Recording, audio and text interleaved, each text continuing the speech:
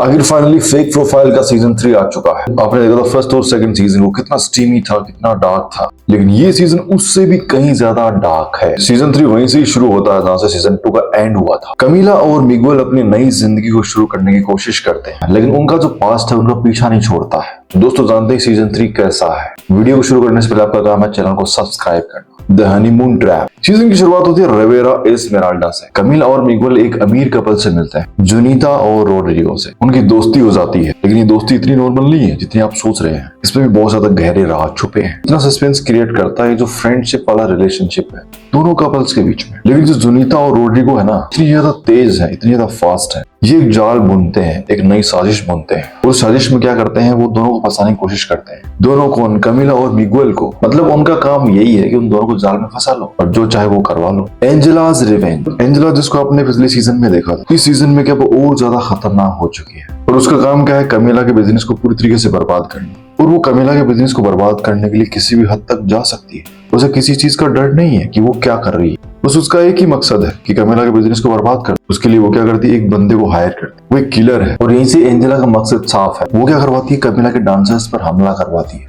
The cult angle, Desiderio island. इस season का सबसे बड़ा ट्विस्ट है जोगिन जुआल, जो एक मैनिपुलेटिव थेरेपिस्ट लीडर है। उसका टारगेट क्या है? एंजेला की जो बेटी ईवा है उसको अपने ट्रैप में फंसाने का काम। वो क्या करता है, यहाँ से काम शुरू करता है और ईवा को अपने जाल में फंसाता है। यानी किसी को इजीली अपने जाल में फंसाने के लिए उसका ब्रेन वॉश किया जाता है, तो फिर वो इस काम में लग जाता है और कैसे भी करके वो अपने कल्ट द नेचरिस्ट में शामिल कर लेता है। स्टोरी का जो क्लाइमैक्स है वो इसी आइलैंड पर खत्म होता है, जहाँ थ्रिलर के साथ साथ में हॉरर भी मिक्स किया गया है। जैसे कि आपने सीजन फर्स्ट और सेकंड में देखा था, ये जो कहानी वो थोड़ी स्ट्रीमी है, थोड़ी नहीं बहुत ज्यादा स्ट्रीमी। और इस सीजन में क्या है, थोड़ा सा इस चीज को ध्यान में रखा गया है। कहानी को थ्रिलर के साथ साथ में हॉरर भी जोड़ा गया है और स्टीमी पार्ट को थोड़ा कम कर दिया गया है। अब कैरेक्टर ट्रांसफॉर्मेशन की बात करें, कमीला अब क्या पहले जैसे बेचारी नहीं रही है। वो समझदार है, उसे क्या करना उसे पता है और वो ये भी जानती है कि कौन उसके साथ बुरा कर सकता है, कौन अच्छा कर सकता है। हर एक साजिश से वो क्या बच के निकलना चाहती है, किसी भी तरह के ट्रैप में फंसना नहीं चाहती। वो काफी अग्रेसिव है, काफी प्रोटेक्टिव है। खुद के बचाव के लिए वो जो कुछ करती है वो काफी अमेजिंग लगता है। द गोल्डन लिप्स मिस्ट्री, यानी कहानी के अंदर जो सीरियल किलर है बैकी, उसका कंप्लीट तरीके से पर्दाफाश हुआ है, जो क्या लुकस की नैनी थी। इसका रिवील काफी शॉकिंग था, क्योंकि ऐसा रिवील है जिसको देख के आपको भी तरस आने वाला है। एक सीरियल किलर और इस तरीके से यानी उसको एक मजबूर माँ की तरह दिखाया गया है, तो सच में शॉक करता है। डार्कर टोन, पहले 2 सीजन में आपने देखा था कि कहानी स्टीमी है और रोमांटिक ज्यादा है, लेकिन सीजन 3 का कंप्लीट तरीके से फोकस किया गया है मॉरल डैकी और साइकोलॉजिकल हॉरर पे। और शायद यही चीज इस कहानी को थोड़ा अलग बनाती है। मैं ये नहीं कह रहा कि ये सीजन उनके कंपैरिजन में ज्यादा बेहतर है, बट अलग है और ये कुछ अलग क्रिएट करना इस सीरीज को बहुत अच्छा बनाता है। सिनेमेटोग्राफी एंड लग्जरी, शो में क्या है, लग्जरी माहौल को क्रिएट किया गया है। लोकेशंस को देखो चाहे आप, वो डार्क इंटीरियर का यूज करके अजीब सा माहौल क्रिएट किया गया है। तो मैं सेलेक्टिव और डेंजरस कह सकता हूँ। इस वीडियो में इस चीज को मेंशन करना बहुत ज्यादा जरूरी है, क्योंकि एक साइड एंगल देखते हैं कि यार, क्योंकि सीजन में जो डार्कर मोड दिखता है वो दोनों सीजन से बिल्कुल अलग है। सीरीज को जो लग्जरियस माहौल देने की कोशिश की गई है, चाहे वो बाहर का माहौल हो चाहे वो अंदर का माहौल हो, और इसके लिए सिनेमेटोग्राफर की जितनी तारीफ की जाए उतनी कम, क्योंकि सीरीज की जो थीम है ना उसको ये कंप्लीट करता है। चाहे वो थ्रिलर देखें, हॉरर देखें या फिर डार्क मोड देखें, वो सारी चीजें लग्जरियस फील करवाती है। इसके बाद में बात करते हैं सीजन की जो एंडिंग है, वो काफी शॉकिंग। क्लाइमेक्स में जब जोकिन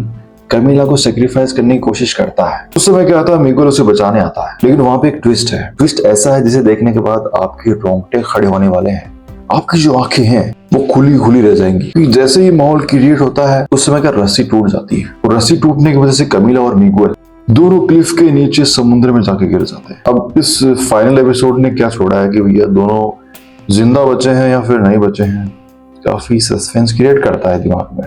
और इस चीज को सोच के आपको क्या लगता है, आपके दिमाग में कैसा ख्याल आता है कि भाई ऐसा क्यों किया होगा, कमेंट करके बताना। आज की वीडियो का फाइनल वर्डिक्ट क्या है?